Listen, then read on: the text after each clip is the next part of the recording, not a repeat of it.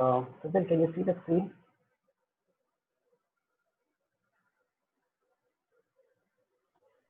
Yes, I could see your screen. Okay, I've already logged into that server in Seoul. Okay, follow that mount instruction, no? Yeah. For your on-prem one, yeah. So this one, right? The third one. Yeah, correct. Third option.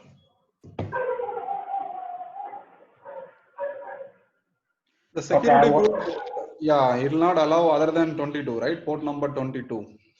Yeah, SSH now is only 22. Right. In your machine, and follow that instruction, no? Let's see. Click on that. This one?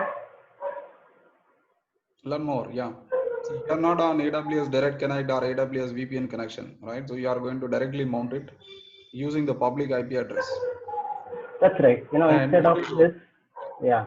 Yeah, what we do, you go to the console, AWS EC2 console. Let's allow connection, which can come over from the internet actually. AWS EC2 console.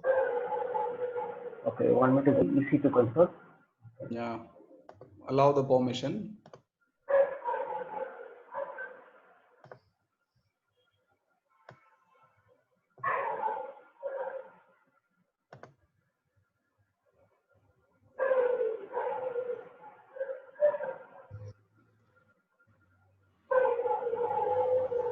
It is part of the security group, no?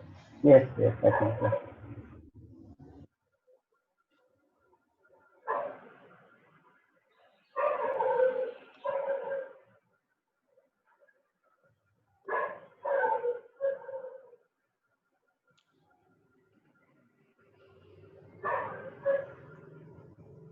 The instance is fine actually. Instance, we are able to access it over the SSH port, right? Which is listening, and that is where you are able to connect it. Exactly, yeah. Right, so we are not trying to connect between this instance with that EFS file system. That's a different game altogether. Right, that's a use case number 2. Now, yeah, what I wanted to tell you, you mount EFS file system, what you created on, EFS file store directly on your local desktop, local Linux machine. Okay, yeah. But I'll have to, change the security group, right? Yeah. Correct. Security group is where it is part of here.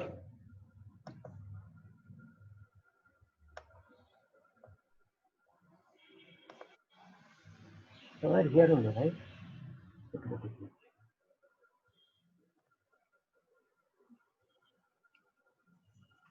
I could not see your screen. Okay, can you see it now? Yeah, it is coming back.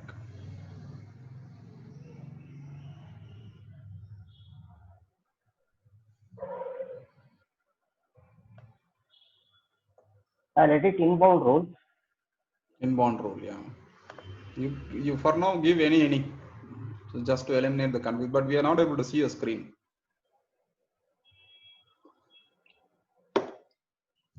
Is for others it is visible? I've shared the entire desktop. No, it's a little blur actually. Blur.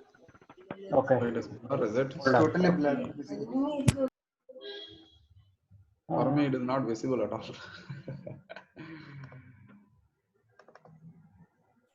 Okay. Okay, I will. I'll say all TCP, Sanjay. Yeah. All TCP. And then, okay, port range.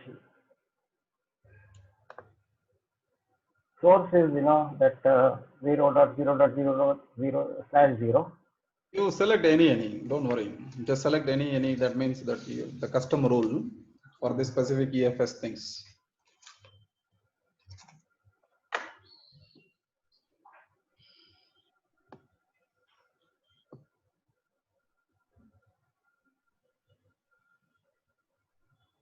Fine.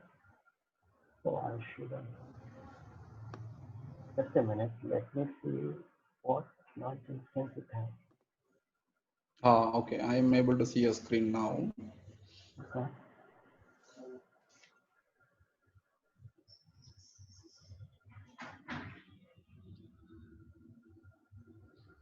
Okay. Yeah. Launch wizard 4 only. Yeah. So I've given any as the access, right? This is part of which security group? The DFS file system that is on the launch wizard defaulted one. Which one? The instance or the EFS one? EFS one. See, EFS both one. have to be, both need to be on the same security group. Then only it will allow. You know, that Right. is a security identity access authorization, right? Okay. I'll let me check on that one. Otherwise, I'll have to add that there, right? Rule, yes. Go to your EFS. Yeah, select. And then go to action.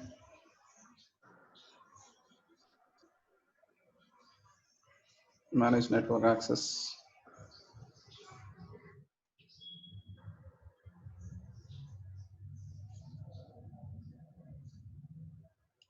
Yeah, see, this is in a different security group. That is in a different security group. Exactly. Yeah. Right. So you add, just select, you put the cursor. Yeah, it will pop up. Launch wizard. No, it was. You can delete this for eliminating the confused second EFS. We don't require that.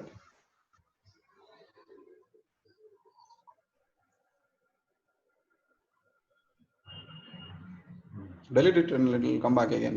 Yeah. So now you got so many security group. That is 4. Launch wizard 4. Launch wizard 4. Select that. Yeah. Maybe you put everything here instead of one. I don't know. Put all the other VPC groups also, so that this EFS is accessible from any of the security group role. Okay. I'll save this now.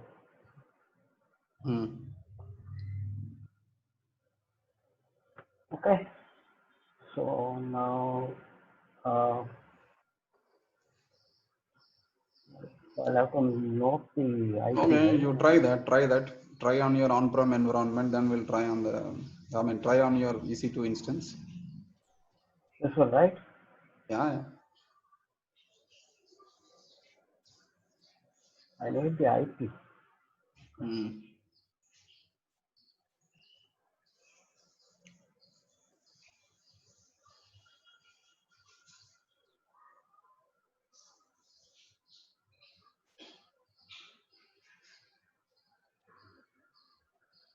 I'll take this simple. Which one you want to mount? I'll because the other one, I'll move this 2A one first. Oh, okay. See, from EFS, there is no worry about 1A, 2A, or whatever within the logical data center, because that allows the global resources to connect. Right. That is fine. But anyway, you take it and create the syntax command. So, yeah, excellent. Run this.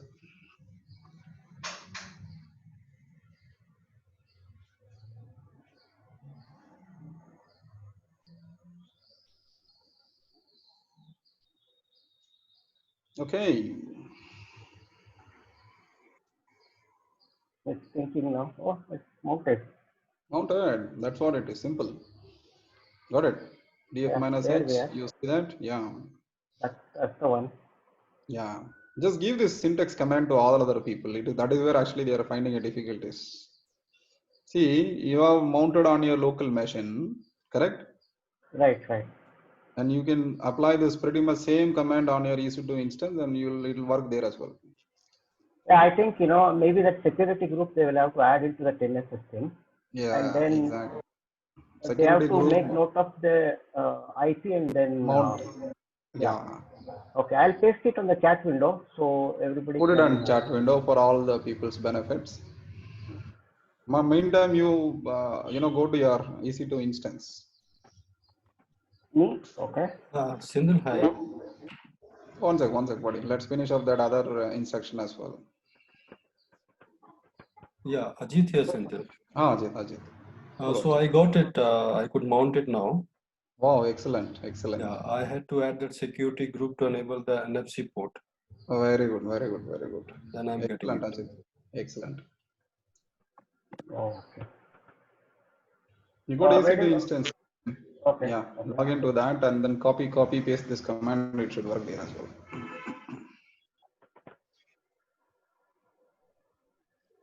See what happens actually, the multiple security group for Sukanya and multiple security group would have been created by Rakshit and Abhishek and all those people. So it becomes, a bit tricky for me to correlate quickly, right? So that's where I've taken Arvind to show you simply. I mean, it's not that complex. Which you want me to run this command or something else? Yeah, mount the file system on the EC2 instance, Linux instance, whatever you created on Singapore or whichever region it is. Okay. I mean, There is nothing here. In the files, this EFS side, everything is over. You take the mount instruction for your local VPC, the first option, right? Amazon, EC2, VPC, local VPC options. Okay, got it. So that's from the other window, right? No, command, yeah, exactly. Command doesn't change. You can use that as well, actually. Go there. Okay, I'll try this option. Right? Yeah. See, now you mounted using the public IP address, right? Right. Same thing you can follow for local as well. See what happens now. So now, so before we jump in, right? I just wanted to complete one use case. See now what we have done, we created an Elastic file system, which is running in Amazon, Singapore somewhere, and we mounted it on a laptop which runs Linux OS on an Arvind machine, which sits in India. So technically, the local laptop has now multiple options. So he has a disk which is coming in from his local server or a local machine. He also got an additional disk which is coming over the internet. So technically, what you can do once you are able to access sort of resources like this, you can use them for backup. You can use them for file movement. You can use them like any other, your requirement. So this is one of the important use case of an EFS. Kind of external hard disk.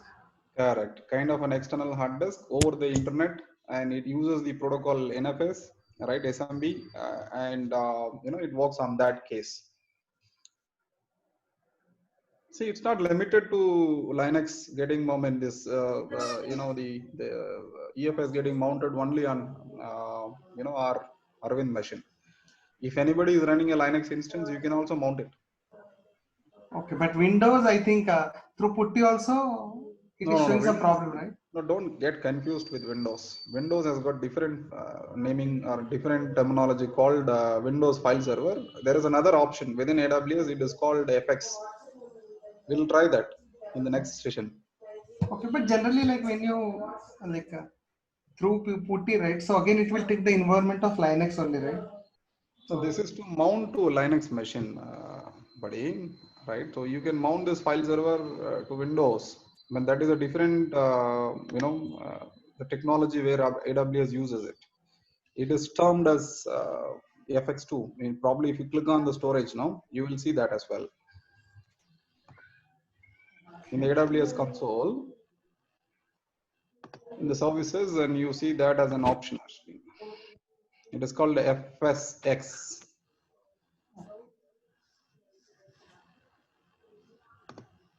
Okay, so if we have the EC2 as a Linux, on that also we can mount, right?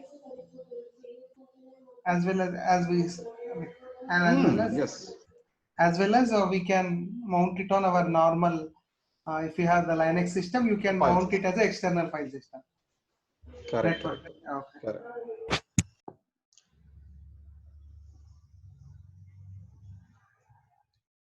Okay.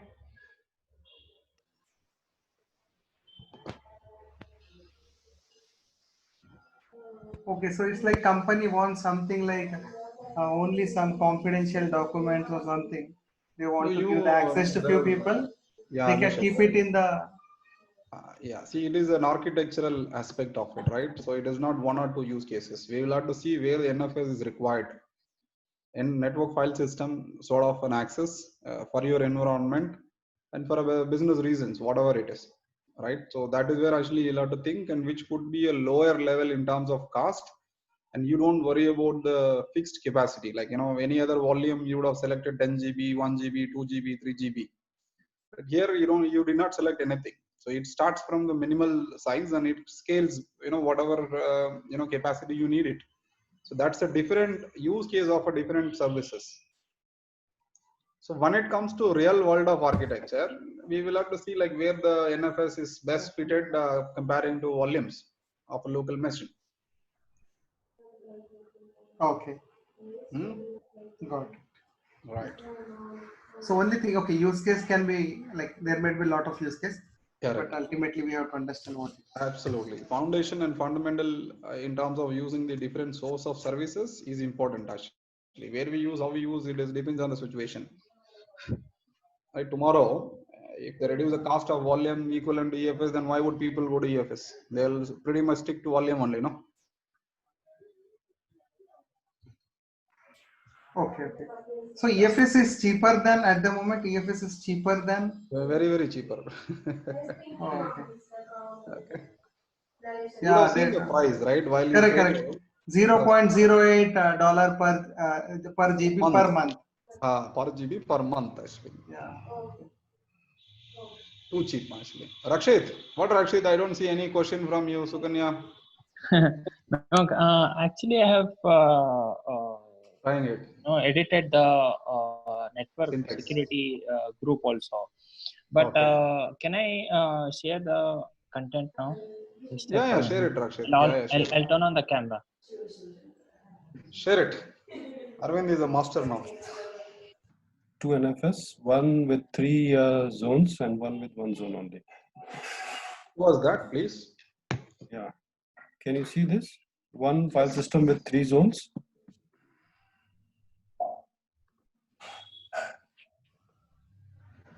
Is my screen visible? Visible. No, I think it is freezed. Freezed, yeah. But I could see the screen actually. You're on resource groups, NFS group. Yes. So I'm showing 3 zones. You're in Mumbai zone, right? Yeah, I'm in Mumbai zone, correct. So where are 3 zones? I mean, I don't see that. The 1A, 1B, 1C is what he is mentioning. 3 logical data centers. Yeah. No, that's what I think. Screen has not moved.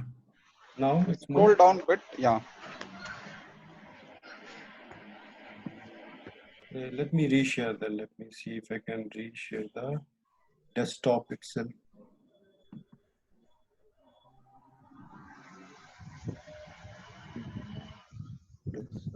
Yeah, now it's coming.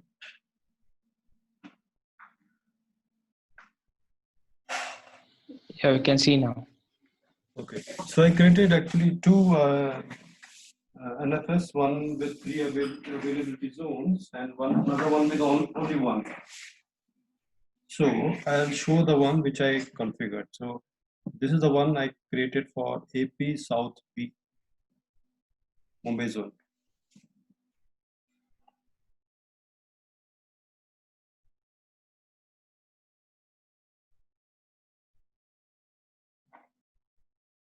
Is that visible?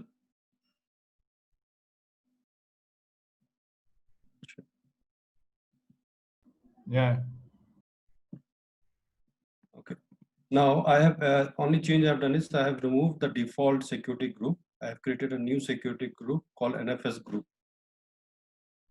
So if I go to this NFS group, I did an inbound rule. Let me show you again. I went to security group. I created a new group. And if I show you the details, as of now, I'm allowing everybody to connect to this NFS port. FS2049, okay. This is for good. This is a very good option actually, Ajit, what you have done. And this rule I go associate with this NFS here. Security group, I added it here. And then I followed the instruction. No, I got your point actually. So what you have done, you created a security group specific to NFS. Yes. And you associated that with the instances as well as with the EFS.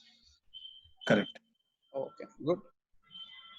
So now I'm able to connect using the default commands. And let me show you the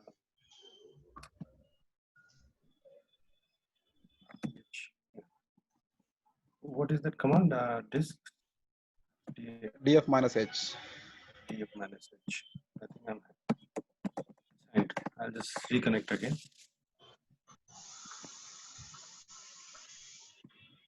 Reconnect.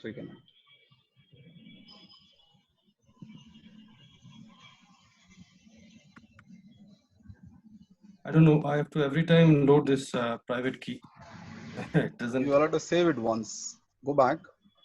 Go to the option, the first one. After So we have created the session, right? So won't it take from session? Save now.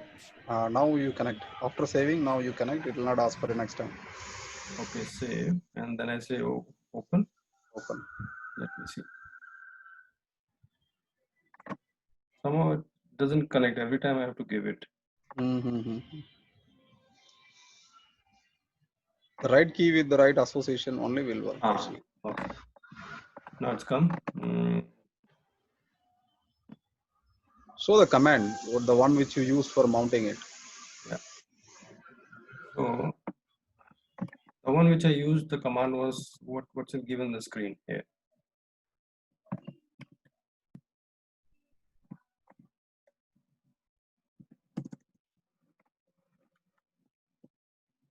So I copied the same command and I went to the root.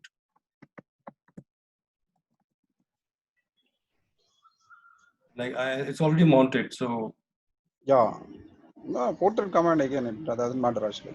Okay. So this comes like this. That's all.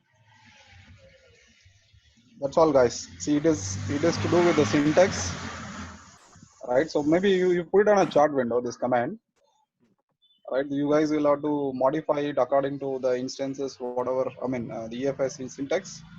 Replace that with this, and it should work.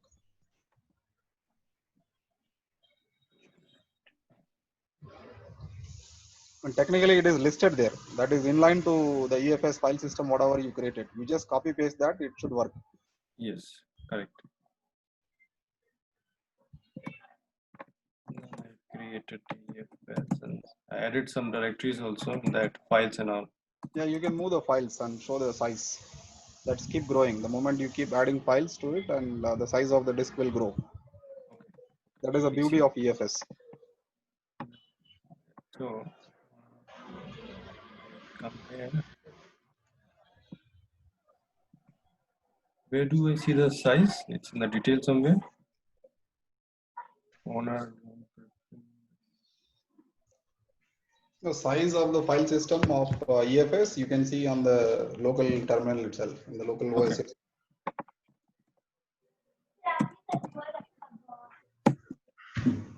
Just taken F minus KRG or whatever it is. Okay. Understood. Yeah. Okay. I'll make host, I'll give you the host access back. Yeah, Ajit, this is Arvind. Give it back to me. Okay. Yeah.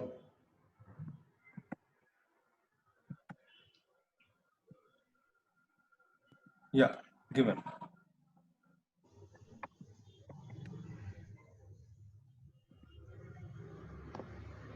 Thanks, Ajit.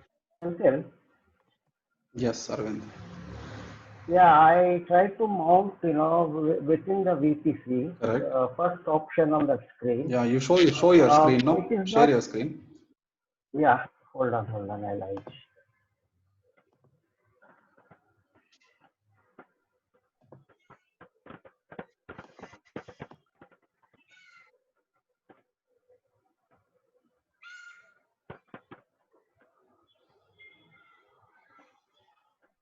Okay, please confirm you can see the screen.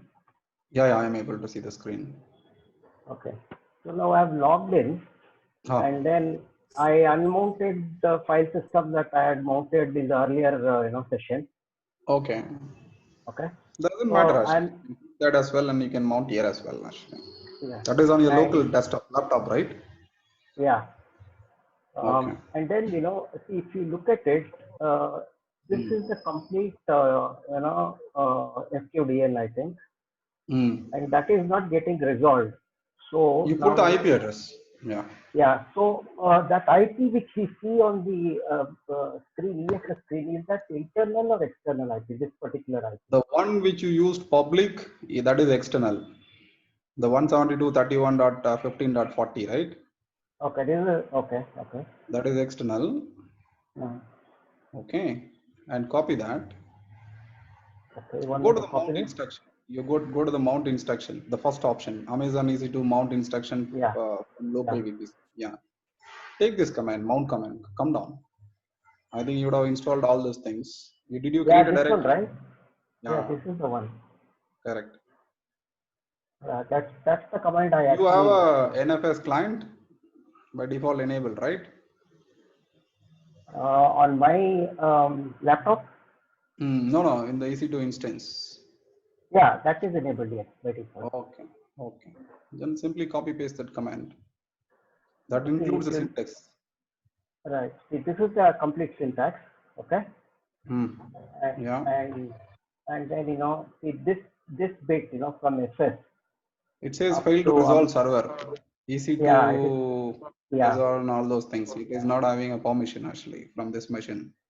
So follow the methodology used to be. Yeah, see that DNS resolving is not allowed actually. Correct. So I will replace that bit with IP, right? Yeah, do that. So which IP do you want me to use? Like, so this is external IP, right? EFS IP, yeah, correct. EFS IP. I'll use this only then. I use that only, yeah. See, it is all about question of mounting the file system, right? So from a exactly learning perspective, yeah, that is what we are doing actually here.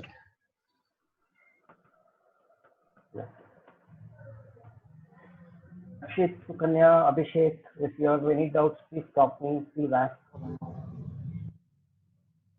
Ajit, you too. Sure. So now it's getting mounted. Correct. It is mounted? Yeah, it is mounted. Right.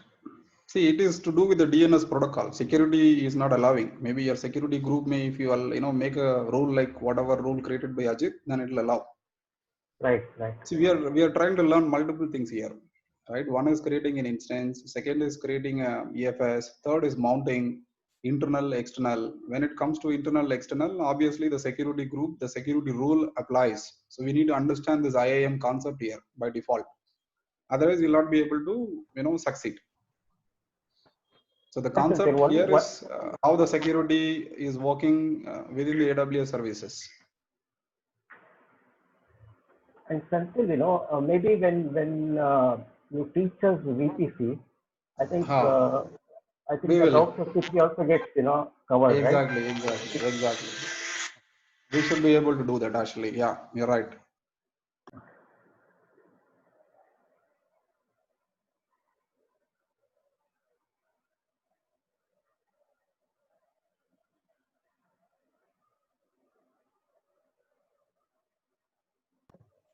No, if other people are able to get through, no, we will move on. Actually, probably I will try to teach the basics of networks. Yeah. So who will be the host now?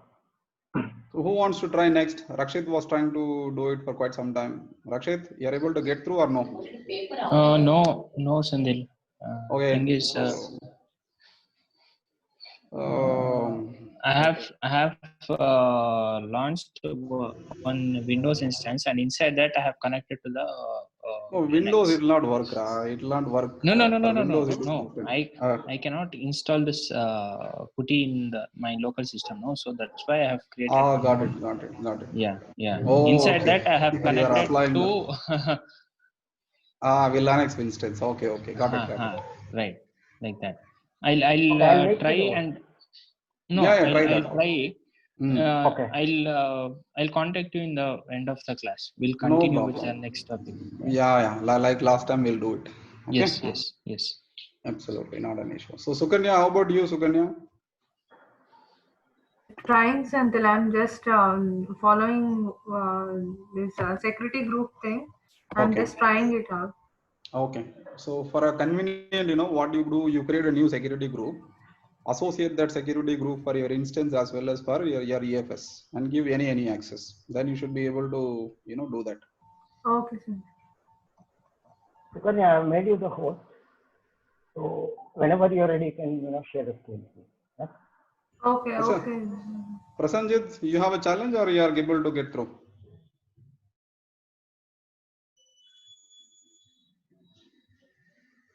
Prasanjit?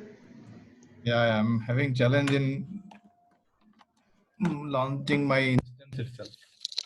Launching the instance itself, is it? Okay. I try different regions. The Linux thing is not coming up. Maybe because of your account, whatever you enabled in the backend. Sometimes that verifies and validates. It takes some time to authorize to use the services. Not an issue, right? So you can also get back to me. You can do that. Okay.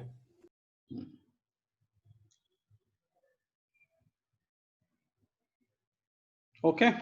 So now let's move on to other, NFS service, which is specific to Windows, which is FSX. Right. So can somebody make me host? Who's the host now? Suganya, is it? Yes, uncle, I'm making you the host. Yeah, make it.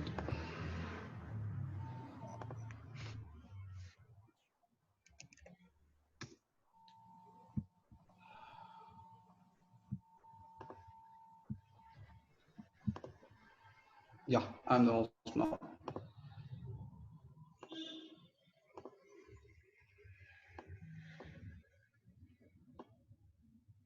See, I'm a URL. You can see my screen, right?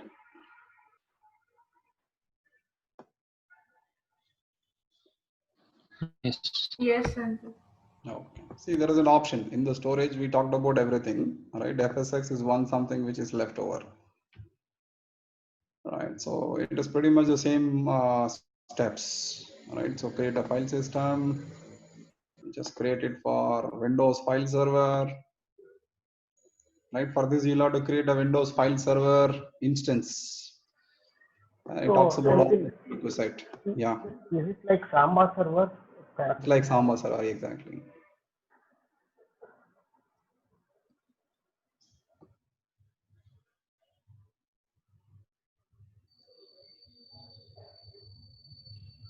See, file server, file server is, I'll give the basic. Okay, we'll talk about few minutes about the file server concepts and what it is. Okay. See, file server basically a network storage, right? So in the network, we talked about multiple type of storage in the previous class. Right? One is the storage area network, wherein we create a block which is equivalent to volume in AWS. And second storage is, so there will be a NAS gateway. The NAS gateway is network attached storage. The one what we are trying to create it for associating it for Linux is sort of something that by default it creates an IP address, which is nothing but the gateway of a NAS, and then the file share whatever you created, which becomes a name or tag of that. Then you try to take this syntax and you're trying to mount it on your Linux machine. So NAS. So we'll talk about a bit about NAS actually. So where is the NAS comes in? How does the NAS comes in the data center world, right? So as we all know, multiple type of storage exist, and the most important storage aspect is the NAS component. So NAS is nothing but a storage which is readable, writable over the network. That is why it is called as a NAS, network attached storage. Means you have a server which is part of your LAN, through which if you are able to ping this particular IP address, and you should be able to mount that IP address. So in a generic world, it is / IP address / the directory name, maybe Sukanya, maybe Ajit, or whatever it is. The moment you do that in the Windows world, it opens that particular file store for you, in which you can try and put your files and retrieve the files. That's what it is. If you look at S3, S3 is over the HTTP. That is a different type of protocol. Here the protocol is SMB actually. Like server message protocol is the one which enables us to access a different type of storage. And this is not limited to one single OS or whatever it is. So there are multiple combinations in which we can use a network storage for us to have a convenience in terms of passing on the read write benefit for multiple components. So within the network. So what you do, for a strong understanding, you guys go to Google and figure out type of storage. You say NAS, try to understand what is the NAS, what is the NAS use case, how does NAS works, and what is the prerequisite for NAS. So if you have that, then it will be easy for you to grasp, over the AWS. But I mean, to be honest, you don't have to really, spend too much of time if you are able to grasp the terminology of NAS and the associated the term which is used in AWS, which is called EFS, then it is good to go. So for us as an architect, we need to understand. So for architect, the depth is not important. The breadth is important. Actually, you need to know about all the components, the combination of components, what can come in, and what the role it is going to play on a longer run on the landscape in which we try to put in for a specific business case. So in line to that thinking, you need to look at it. See, if I am an architect and I have been thrown a challenge, right, boss, I need a 20 odd service, and I want 10 terabyte worth storage server or a file server, wherein I will ask my resources or the people to connect to it and put the data on top of it. So technically what I will do, so I'll go and create the number of instances with the combination of Linux and Windows based on the request which is flown from business. Then I'll try to create a NAS, which is what we've gone through. We are able to successfully create the EFS file system on the AWS. So we see a challenge in terms of mounting it to a respective combination of Linux and the Linux flavors, which is anyway, that's learnable. That's something to do with the syntax command. Once you learn, then you should be able to get through it. The concept of NAS, has come in place for wider use in terms of anybody can use it, and anybody can do read write on the same mount point, and the same mount point can be used in multiple servers or multiple instances or by multiple users at the same time. But that's not the case when it comes to volume, the EBS, Elastic Block Store. So that is associated only to the server. Only the server can use it, and only server can do whatever it is. In the NAS, it is another way around. Anybody can use it. That is the use case of NAS. Any question, team? So Rakshit here, Sandil. Yeah, Rakshit. So which one do they usually prefer to use in real time? Real time, see, both has got both use cases, right? So if you have to run Windows OS, so obviously OS by default runs on the EBS. And if you are running a SQL sort of workload, then NFS is not a right option for you, right? Because you need a high throughput, better performance. The backend disk is supposed to be from a flash or the fiber channel arbitrated disk. Combination of that. Here, if you look at the NAS disk, also can be populated with the same performance. Only thing is, it uses the specific protocol of SMB. I mean, it is accessing that over the network, then through the different methodology of SCSI or a SAS or an IDE type of methodology. See, it is a OS which makes the call to the volumes of an EBS. Okay. In the NAS case, it is the IP address which enables you to access the storage or the network. Okay. So based on the OS, we'll decide the storage thing. No, that is for volume, right? Okay. NAS can be so in the OS, if you associate one EBS, only that OS uses that as a disk. You can't use it.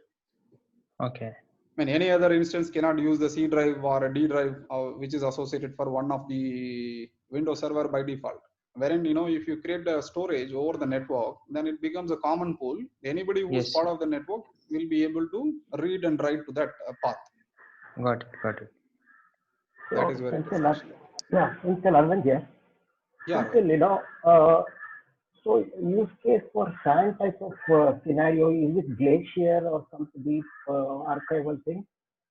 Is that true? Okay. No, EBS and S3 are two different animals. Okay. Think about the Elastic Block Store is made of a combination of a powerful disk. The disk types could be flash, or could be a combination of SSD, could be a combination of SAS, right? Yeah. That is a use case for running your OS workloads. Okay. Yeah. And you can run your SQL or database workloads. S3, okay, S3 is not equivalent to EBS because S3 is accessible over the HTTP protocol. Okay, so object kind of a thing, right? It's an object kind of a thing. Actually, you can place the files and you can place the images, you can place the videos, you know, what sort of things, and it allows you to do versioning if you make certain changes to it, and you know, it does the caching and all those things. The way in which you call S3 is different. The way in which the EBS or a volume disk provisioned by AWS is different. Actually, it is meant for two different purposes. Actually, the cost of volume is a bit different than the cost of you know, S3 bucket is different. Okay, see, in traditional data centers, you generally have a storage area network, right? Yeah. Or you know, having whatever is used for file system, and other usages. Yeah. So, is there any equivalent of storage area network here, or is it, you know, comparable? Or yes, it is. Not? It is comparable. That is what I'm saying. Now, let me go to the screen.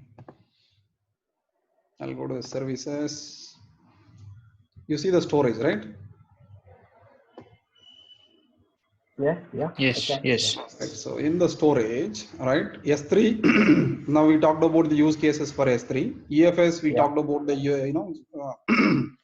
use case for EFS. FSX is meant for Windows servers, Windows file server. Okay. Right? S3 Glossier is for taking a backup. S3 deep archival is like, you know, it has been, you know, data are pushed in there and it has been archived and you will not access them every day. It is like once in blue moon, and the retrieval of data from Glacier or deep archival takes some time because it has to be restored.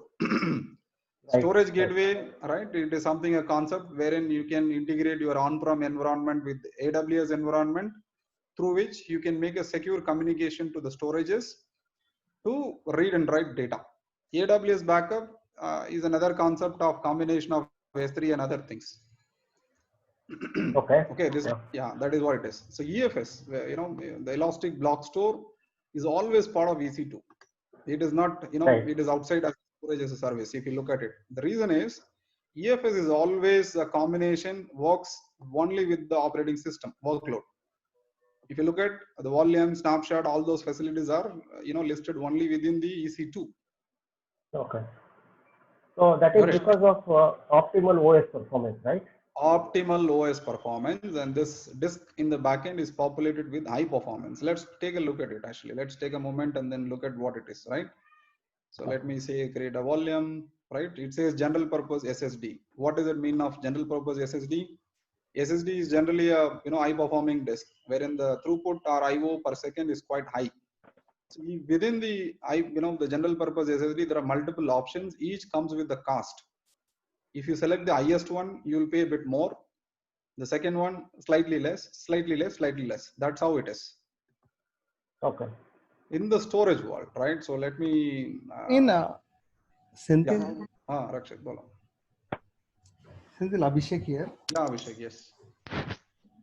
So like, like we see like S3 is very popular, right? Like everywhere. S3 is very popular because of various reasons. Actually, it is an object store call. See, the moment you provision the storage, it allows people to crawl, read, update.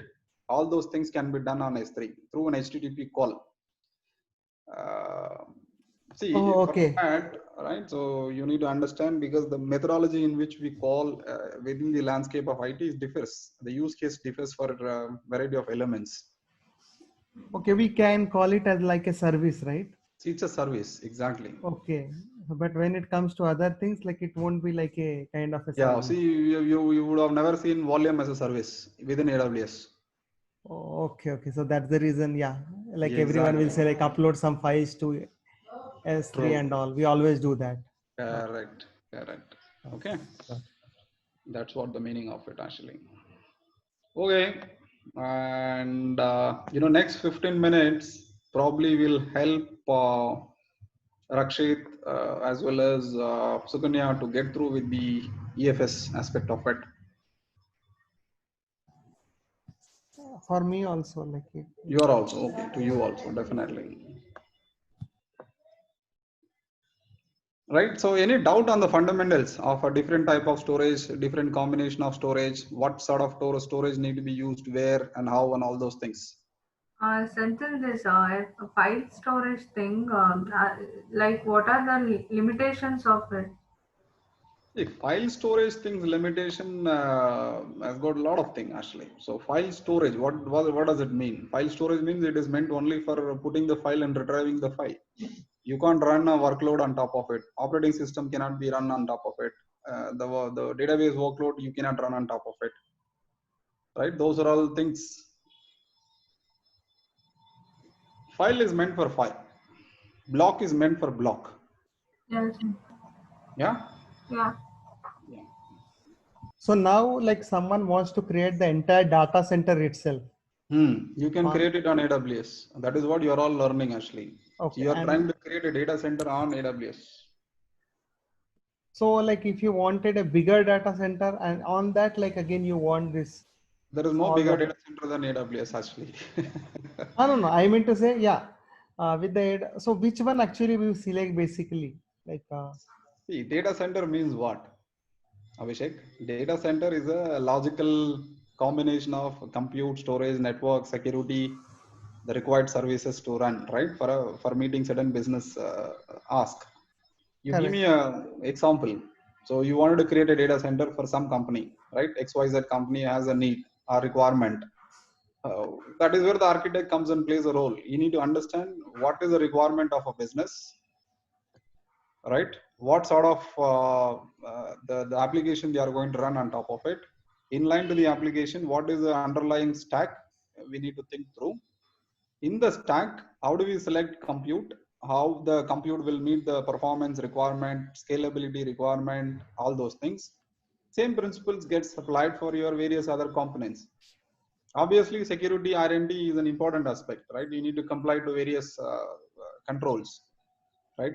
In the payment card industry, in the banking, PCI is a very, very big compliance, right? PCI states personally the payment card information, DSS, like, it talks about certain elements wherein you'll have to comply to it. Okay.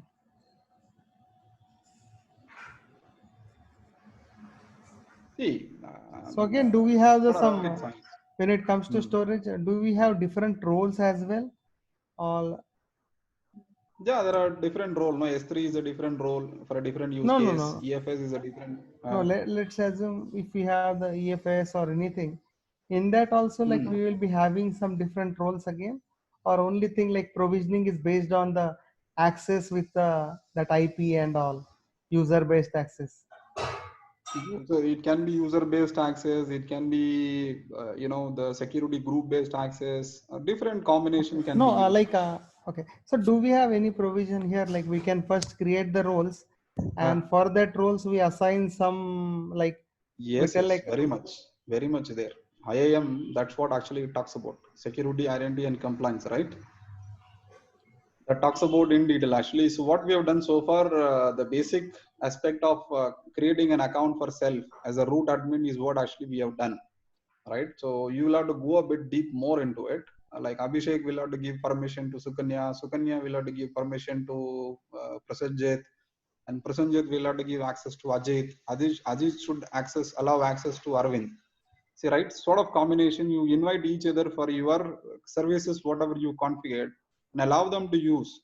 That is a better way to learn how security works or how identity works within AWS. There, example, Abhishek, you can create an account for Senthil Kumar, right, on the AWS resources, which is provisioned by you. And you can pretty much define my role. I can do a role for storage. I can do a role for compute. I can do a role for security, whatnot. You can specifically call out what is my, authorization level and what all things I'm supposed to do. Those can be defined. Okay. And is this something possible like this? Like where laptops are there, right? So so directly by default, like as soon as you on, it has to take the Amazon, like any of the storage, and it is to launch from AWS. Like it's not like see now what we are doing. We are login to our normal system, and then OS is booting actually separately. Then our basic OS is booting, and thereafter we are going. So is there anything like directly, like if you have any system or something which is directly booted with AWS itself? What is the use case for it, Abhishek? Why do you want to do that? Let me understand that fundamental first. Okay, like let's assume, so there is one like some executive laptop or something is there, okay, which is directly like a compiled with a like overall that setting itself is done. No. So AWS. one thing, let me tell you, right? So you can't run AWS services on your local laptop. It is ruled out, right? But you can consume the services whatever AWS offers. There's a fundamental thing which you'll have to understand. See, the laptop, desktop, compute, server, storage can be integrated with AWS. That means on-prem integration to AWS cloud, which is called hybrid cloud. Okay. The one which is purely runs on AWS, it is a public cloud. On the public cloud, we are talking about infrastructure as a service. On the public cloud, we also consume a service called platform as a service. On the public cloud, we will also consume a service which is given with the software, which is SaaS. Got it? So be it infrastructure as a service or platform as a service or software as a service, you can do integration with your on-prem to that particular services cloud. That is connected through a network. There are a combination of network. The network for a public cloud defined by us is called VPC. Then the network which runs on-prem is anyway predefined and pre-designed. So we will have to look at the existing elements, what need to go and talk where, and how can we secure it. On-prem side, on-prem team will take care of it. Security, with respect to cloud services, is the responsibility of cloud architect. You need to define. Once after the definition has been done and we sort of provision those services, then it becomes an operational team responsibility to run it on a longer run. Okay. Yeah. Okay. No, it's like I was thinking in future is something like this, like there won't be any hard days, like only even Excel. now, my friend Abhishek, if you look at, see, you are creating a virtual data center. Yeah, the data center, if you have to create for some organization, you will have to spend minimum of $1 million, which is 7 to 10 crore minimum.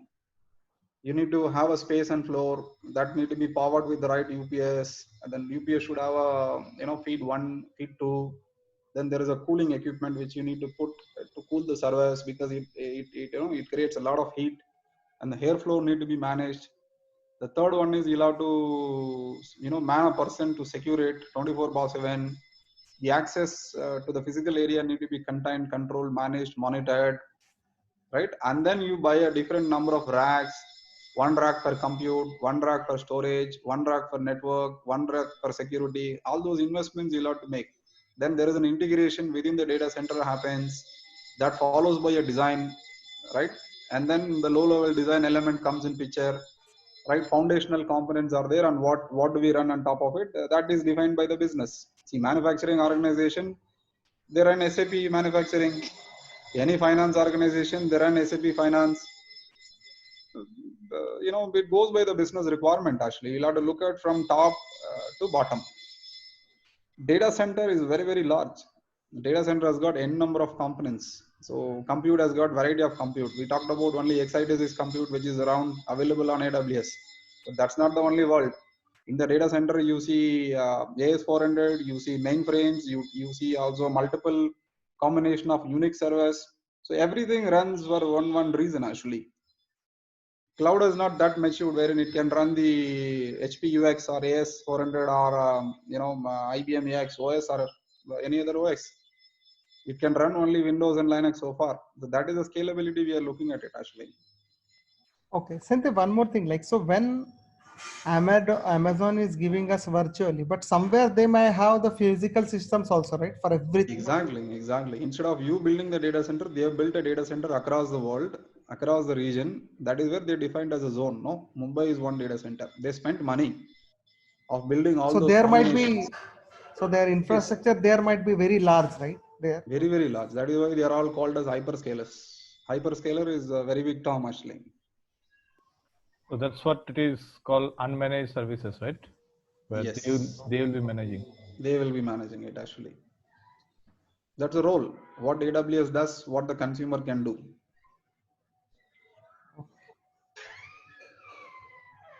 Yeah. Okay. Interesting.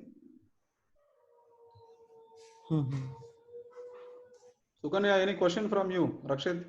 Fundamentals, foundations. This is an important terminology for us to grasp a knowledge of any cloud. So like companies like Facebook and all, like when they will have, anybody. Yeah. So they might be maintaining their own stuff and right? Yeah, definitely, yes. See, let me tell you. In the compute world, how many type of compute you heard about so far? Don't tell me laptop and desktop. Tell me something else from a server class aspect of it. Not the question is not to Arvind.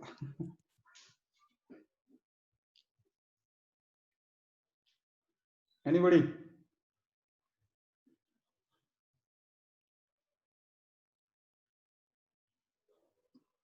Okay, let me. Or EC2 is also like elastic compute. No. Compute in the sense generic compute servers. So server world has got multiple servers. The server comes with the CPU. The CPU is manufactured by Intel. A CPU which is manufactured by AMD. So you're referring to the supercomputers and all those things, is it? Exactly. Supercomputers, mainframe computers. Mm-hmm. These are all IBM servers. provided servers. Exactly. Mainframe servers, Unix server, which is called RISC server. The one which is available on the cloud is only x86. A combination of Intel and AMD and certain other GPUs so far. Okay. This is a partial world of data center. Like data center is really large. And these data centers are operated virtually by a company called AWS, company called Google, company called Microsoft, and they sell the services back into a consumer because consumer doesn't have time to sit and do this. And in the first class itself, we talked about creating a data center from the scratch. It takes minimum 12 months from a physical aspect, then the procurement aspect, then the design aspect, then the deployment aspect, and then running it on a longer run. You need to go by a lot of steps. But if you look at the functionality AWS, it eliminates your 12 months of time and plus few $1 million investment as a capex.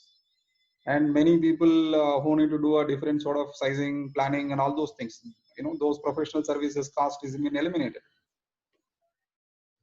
So power of virtual data center is actually the success of AWS or Azure or Oracle or GCP, Google Cloud or IBM or whoever it is. See, in this market, cloud market, infrastructure as a service market, there are multiple peoples. Everybody, they run their own, the data centers, and it has been available to public to go and subscribe. The power of the cloud is actually, cloud is nothing but a virtual data center. Keep that in mind actually. So data center should consist certain elements of foundational components. The foundation is nothing but your compute, storage, network, security. On top of it, you make a design, right, based on the requirement thrown to you, and you try to create your own, topological or model or a deployment architecture, and you consume these services to create a element with a combination of component to meet the business requirement as an architect. See, it's a persona, right? So now one basic question here. Yeah, Prasanth. So if an organization who has a big, say, on-premise data center, right? Now, if they want to get into cloud, so what will happen to that on-premise data center? So they can actually get that on-premise, because on cloud is nothing but somewhere they have those infrastructure, right? Exactly. So, good question, Prasenjit. See, now your question is there is an on-prem data center, right, which is already running, and second, customer is looking at adopting the cloud, right? Right.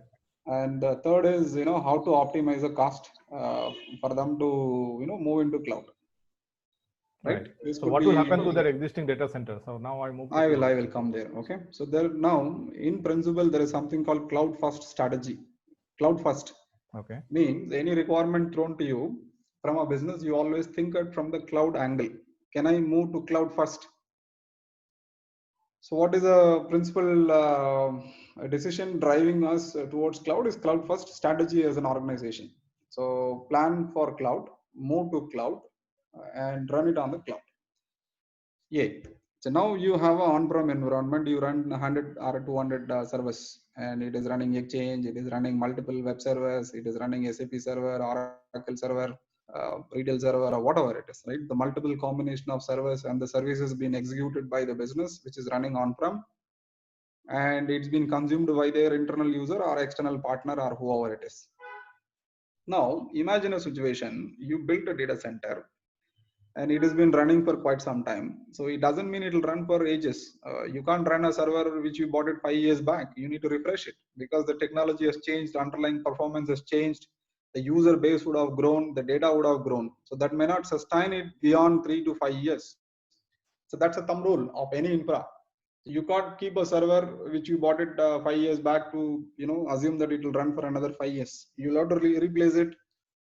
So there is a use case of refreshing the existing infrastructure on the on-prem environment. So what does it mean?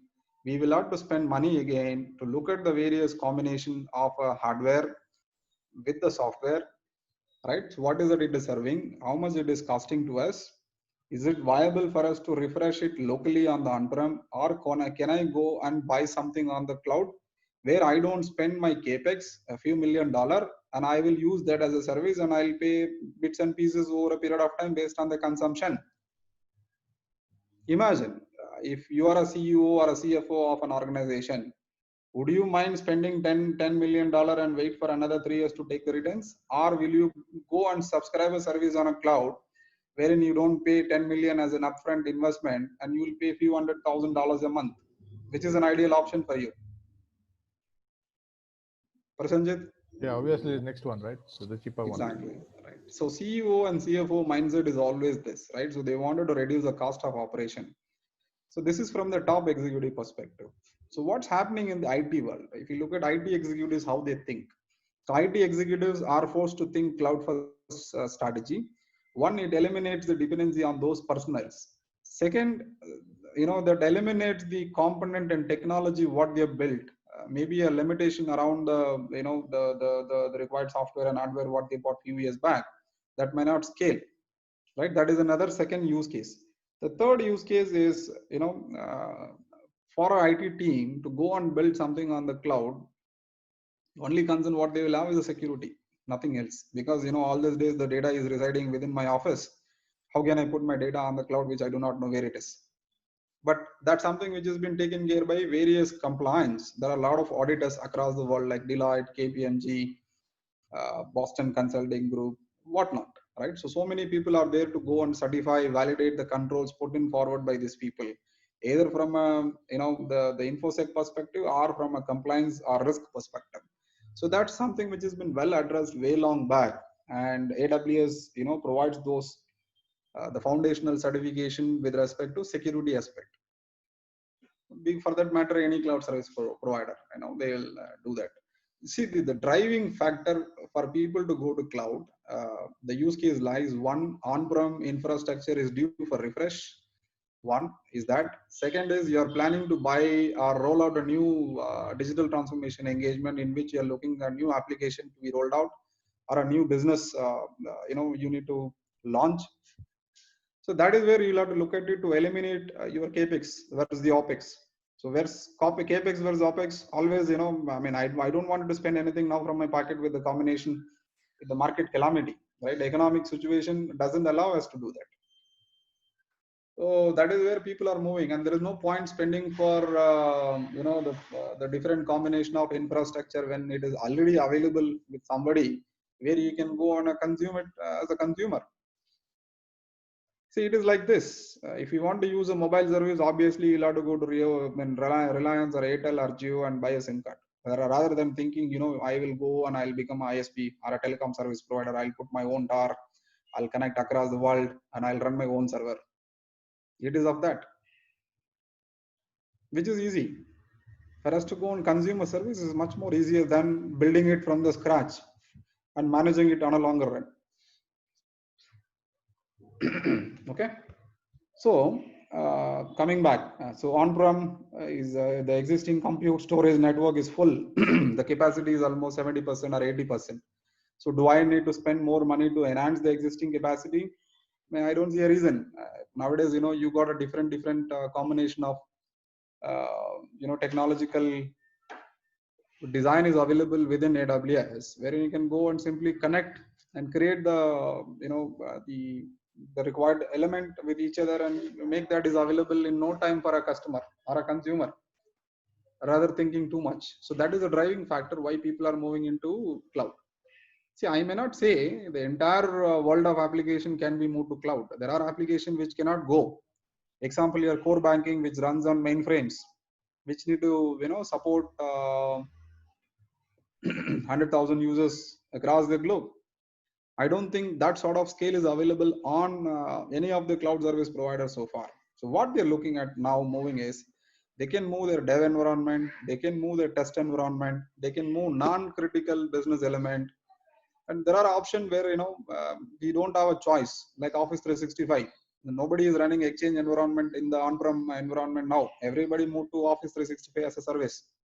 You look at from a sales angle, earlier people used to run their own CRM system within the organization.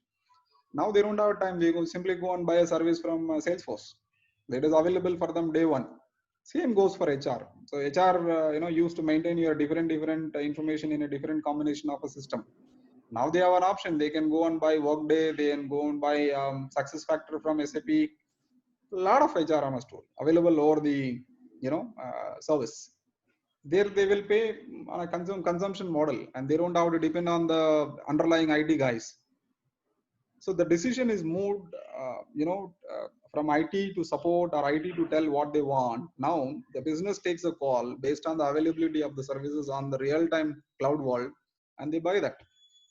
So business is eliminating the hassle of time and the effort plus the money required to float a new business.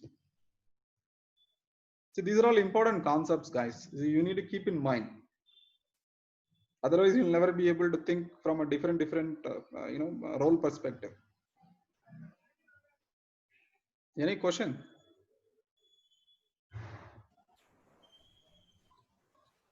Prasanjit. Yeah. So on that now, I think we discussed this or not. I'm not sure, but no, please go ahead. Tell me. So for an architect to decide, I mean, the architect only will decide, right? So which cloud to go, not the client, right? So maybe client will have some preference, but the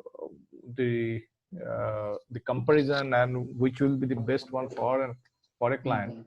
Okay. I think that should be that should come from architect. Got it, Prasanjit. See what happens nowadays.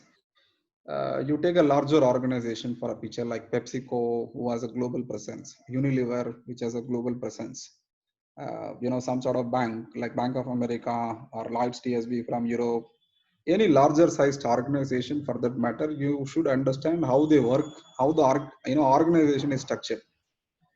These top guys, the top business people will have India CIO, India CEO. Likewise, for any countries, they will have their own, C executives. For all of them to govern, they will have a, the governing body. The governing body will always have a business architect. The governing body will always have a enterprise architects. Okay.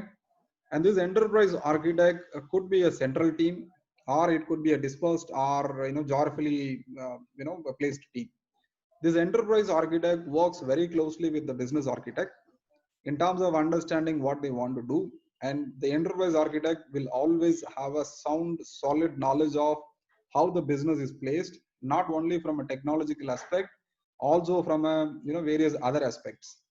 The enterprise architect plays a key role in terms of say HR function, I want to move it to SAP operated cloud, SAP HANA cloud, and finance function, right? So I wanted to move it to Oracle, Hyperion, okay, and manufacturing, I will move it to SAP. Customer management, master data management, I will move it to IBM.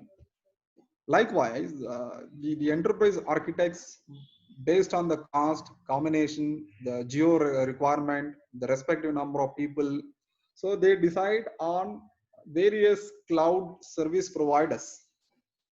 If there is a discussion or a recommendation done by enterprise architect of an organization, okay, you move this particular combination of services to AWS. That is where actually the cloud architect of AWS comes in place by understanding the requirement, written or floated by the higher level architect, so-called chief architect or an enterprise architect. He works with him in terms of understanding, what is it we need to create. So he actually decides, gives you certain principle direction to move on based on the input.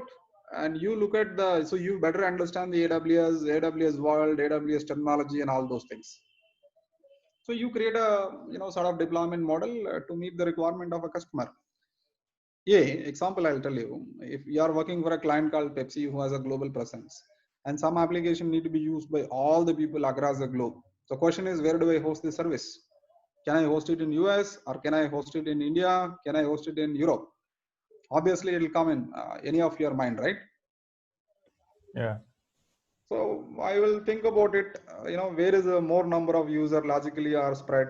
So India has got a huge number of users, then I'll think about huge number of users are in India. So few billion people are there. So the majority of consumers from a user size, India is far better and it is faring well for me to decide this location. The other locations, what you will do, you will not take them light. Obviously, you will do a sort of caching, and you will do a various combination to enable the other region people also don't go through a performance hustle, and they'll be able to use the services, right? You will have to look at it. So what are these users are going to consume, and the consumption model, how it is built, and what all the scalability within AWS we have, how do we secure each element of these components, and how do we make sure it is usable at any point in time for everybody over the globe. And how do I move data between my on-prem to cloud and cloud to on-prem? Is there a secure way in which I can connect? Yes, it's all there. So that is a logical, thinking an architect does it by looking at the requirement. So this is one way of understanding the requirement. The second way of understanding the requirement is there is a form of RFP, a request for proposal. Right, so they may have an enterprise architect or they may not have an enterprise architect. What they will do, they'll go to a consulting company like Capgemini or IBM or Accenture or Deloitte or KPMG or Boston Consulting Group, the largest player of the world, right? They may choose, they may ask, boss, here is my requirement of business, and you tell me the high-level plan, methodologies and timelines, framework, and all those things. What they do, they will look at all the business requirement, work with these customers, and they create a design, which is called high-level design. So which talks about process, which talks about technology, which talks about the cost of investment, and then it talks about roadmap, when to do what, the dependency. So they clearly call out all this combination and they write a very neat document, and then that gets floated to the public or a service provider, like other service provider, right? So maybe in India you take HCL is one of them, and you take Wipro is one of them. So it goes sort of these companies, and they try to understand this requirement, and they work with AWS sort of vault as a partner, and they will create all the required services in the AWS, and they will provision it and they will hand it over to the end client. So this is one way in which the requirements floats. The other way is customer can directly ask, people like you, me, if they think we are a good architects and we will be able to do a good job, they will say, boss, I wanted to go for SAP on cloud. Can you help me? Then my question, if I am an architect, I'll ask what SAP you wanted to run. They'll say, boss, I wanted to go for SAP HANA. Okay, you want to go for SAP HANA? Do you have existing data in any of your SAP? They'll say, yes, I'm running SAP on my on-prem, which is ECC 6 or 7. Okay, I am an application architect. I want to understand how many type of application you're running and who are all the business connected to it. So client may say HR is running, finance is running, manufacturing is running, costing is running, blah blah blah blah. On top of it, I run my CRM and I run my BI, I run my dashboard. These are all the different versions. So what I do, I take these inputs and I try to see equivalent combination of a services offered in AWS. What could be the ideal platform? Then I will say, okay, instance number T5, which has got 10 CPU. Okay, 256 GB RAM, excellent. And it needs an SSD disk with high powerful performance. So it is going to run the app server. Then I will pick and choose that. There was a question. Somebody was trying to interrupt me. What is that? No, okay. So this is the one flow that you have given, right? Now, say the enterprise architect, okay, they or the consulting firm, okay, so they gave some suggestion about which cloud to go. Correct. Now, as a service provider, say Accenture, IBM, and all those guys, right? So they also get involved in those RFPs or things. So then they work with the enterprise architect. Correct. So they may have some preference. The enterprise architect may have some preference, Azure or AWS. But these firms, right? The say IBM, Accenture, TCS. So they also have their own architects and solution architects and all that. So on multiple clouds. Correct.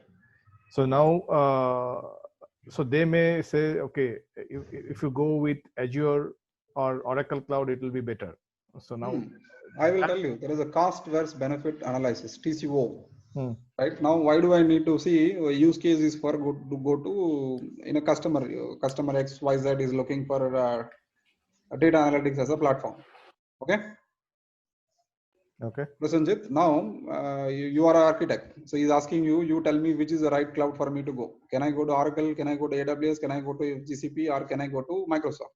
You tell me what would be the ideal option for me. So as an architect, how will you decide which cloud service provider is faring well among this requirement of data analytics? And which will be in terms of cost benefit as well as there is no technical glitch. There should not be all those five pillars. Probably we need to look at it.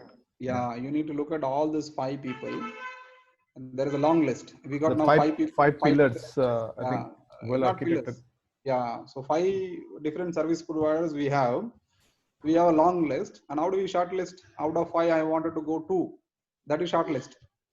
No, right? What I'm saying is the 5 pillars are those security, resilience. Exactly. Yeah, security.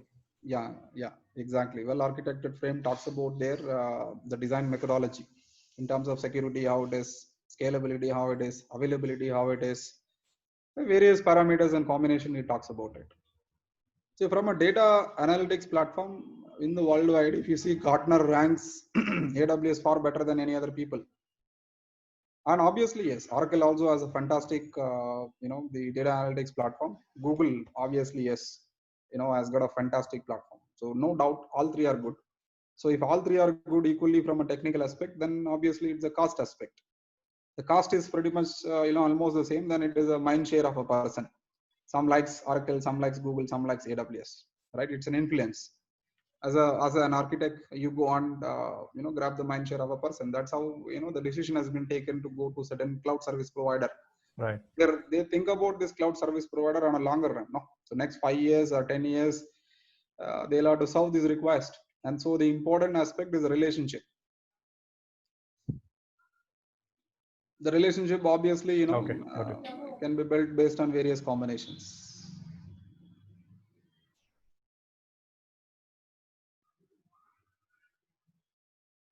Any question, team?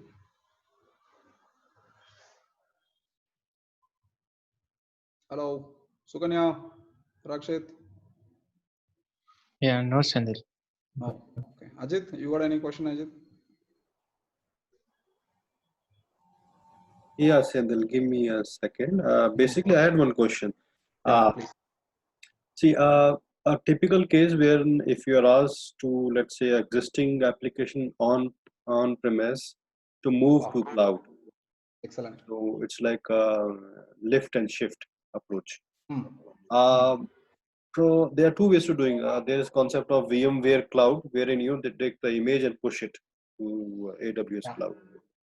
That is more safer, one safer approach. Other is, you set up all the stack which you have, like same OS, same RAM and same disk space, and then start putting the app servers. Correct. Or the web servers, and then pushing the database to that. Correct.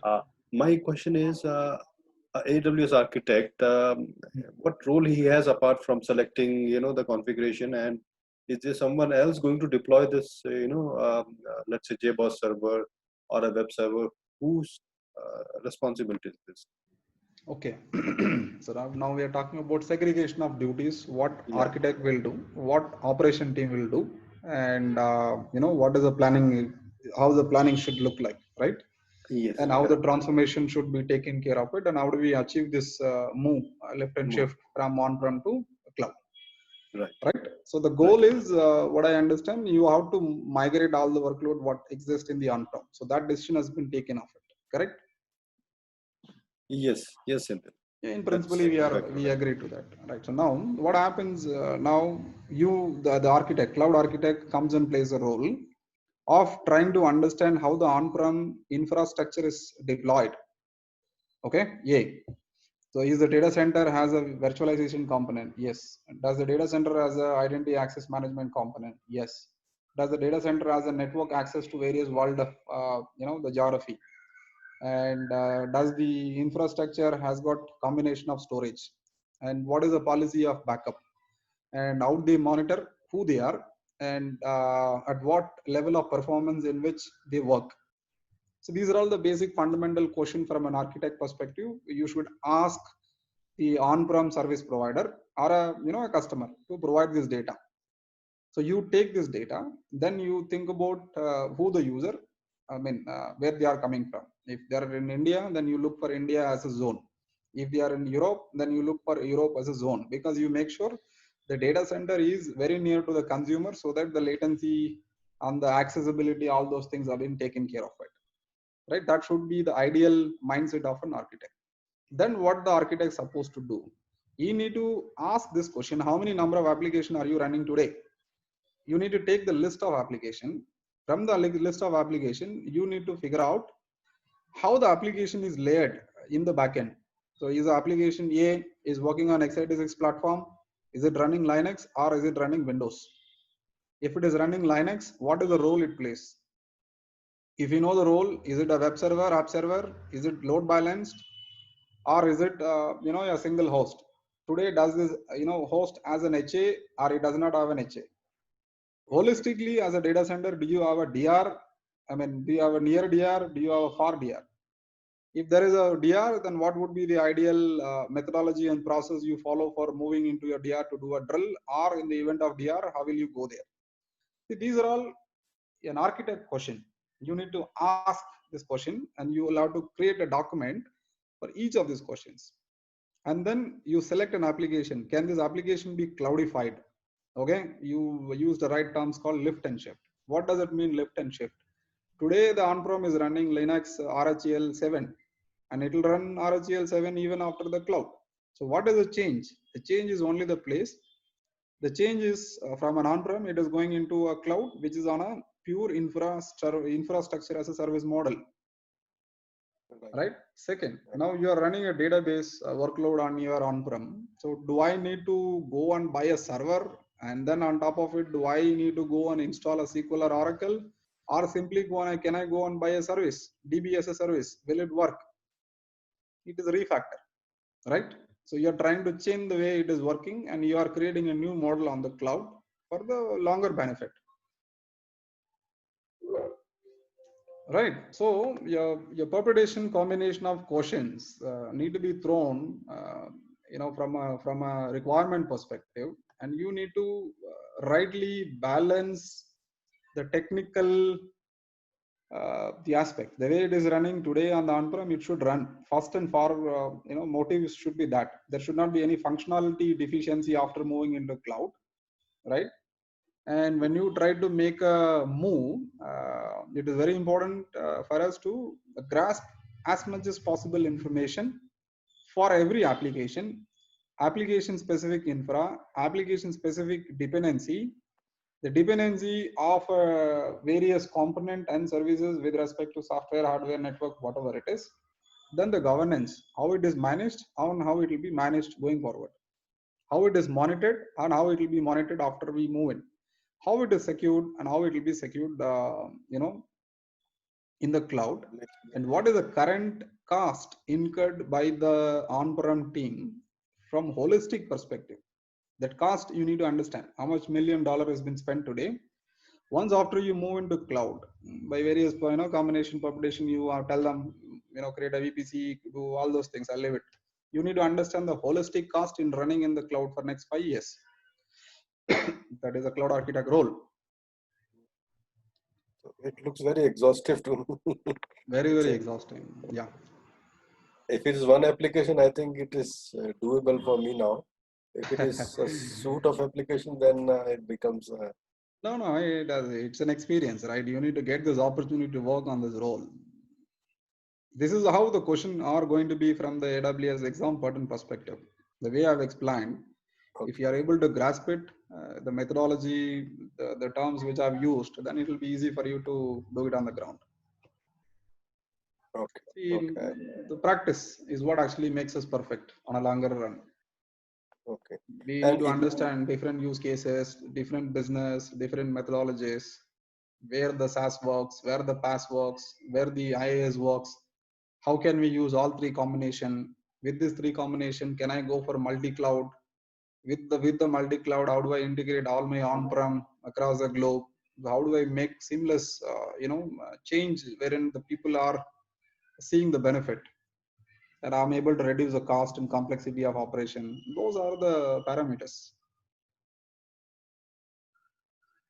See, architect role is very big team. So the better you know, the better you will be respected. So you need to learn a lot to gain your credibility.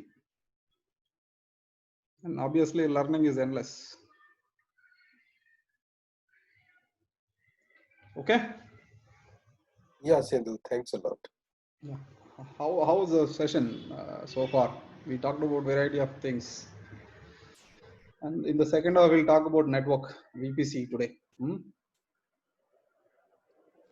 Okay. Arvind?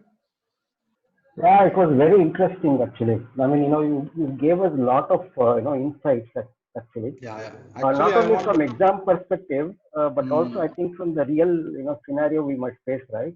Right. Real world is exposure and experience is important.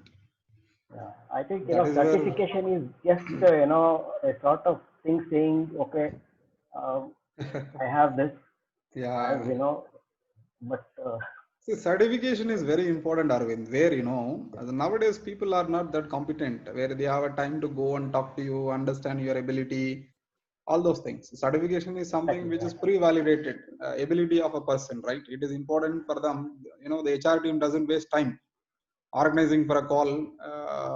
Then the looping the technical team and they try to validate and ask you multiple questions and see your fitment. If you have a AWS certification, then AWS tells you that yes, this candidate is certified and he has a required knowledge. That is why he is passed on it. Exactly. I think the keyword search is also just on the certification names right now. Exactly. For filtering the candidates. So yeah. So filtering candidate happens on top of it. One. The second is it validates the ability of a person. B. Exactly. Yeah. Right. So third is accredited by AWS, OEM certification and OEM endorsement. We get it actually on our ability. See, we learn one thing that is important, right? We need to learn properly, effectively. And then we need to demonstrate our ability to AWS on an exam. That is where we gain our credibility back. Right. See, I did not pass my exam on the first attempt. Please understand. It took a while for me to, make a move. Now I hold multiple, certification on the cloud. So exam patterns are different. They go by books. I think the way exams are conducted and evaluated, no, they are totally different from Amazon versus Google versus Microsoft. Yeah. Correct. See, one thing we all need to know: AWS creates a pool of resources worldwide so that we all can sell indirectly the AWS services to the end customer. Got it? Right. Yeah, that is how it is. If you think from this perspective, then you'll be able to, grasp the base concept. See, obviously, Abhishek, Rajit, or Prasenjit, Rakshit, Sukanya, by default, you get certified on AWS, you start, you will be biased on your mind from a cloud aspect of it. You'll always say AWS is for best. Okay. So we should take Azure one also. No, you should go for multiple certification. I would recommend don't limit yourself only with AWS. Go for a GCP, go for Oracle, and look at virtualization certification like VMware. We'll better understand the cloud, how the cloud is formed in the backend. So try to learn about various things. Learning is endless.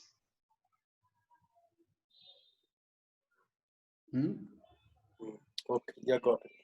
Yeah. Any question for me? Yeah. Please, sorry. Yeah. Atul, we will finish our, the interactive sessions next week. No, today we will do the VPC session. Right. Next week when we complete this, the entire course, we have been doing things on and off, in the week between two classes. But what's the kind of effort that is required, to be confident in, appearing for an exam? Be in touch with me. Okay, fine. That we always do. We need your number. Yeah. So I will share my number to all of you. Be in touch with me. Sure. Let's finish the class. Our relationship is not going to end today, tomorrow, right? This is only the beginning, right? Just the beginning. So I may need people to work on a project. You may need a people to work on a project. So that is where the reference comes in picture. If I have to hire somebody, then I'll feel comfortable with the person who I have trained. Okay. Yeah. Right. That is how it is. Sure. Any other question from anybody before we break in for a lunch? So the next sessions also will be on Linux, right? Because I'm still struggling with my. Don't worry, that will help you. It's a syntax actually. You just try to learn the syntax, you'll be able to. It's a smaller thing. We don't have to worry about smaller things in a larger world actually. You follow the documentation, you'll be able to get through. We should be able to do it, or end of the class I'll help you. Okay. We can do that actually. Okay guys, so let's break for the lunch, and 2:30 we'll reconvene again.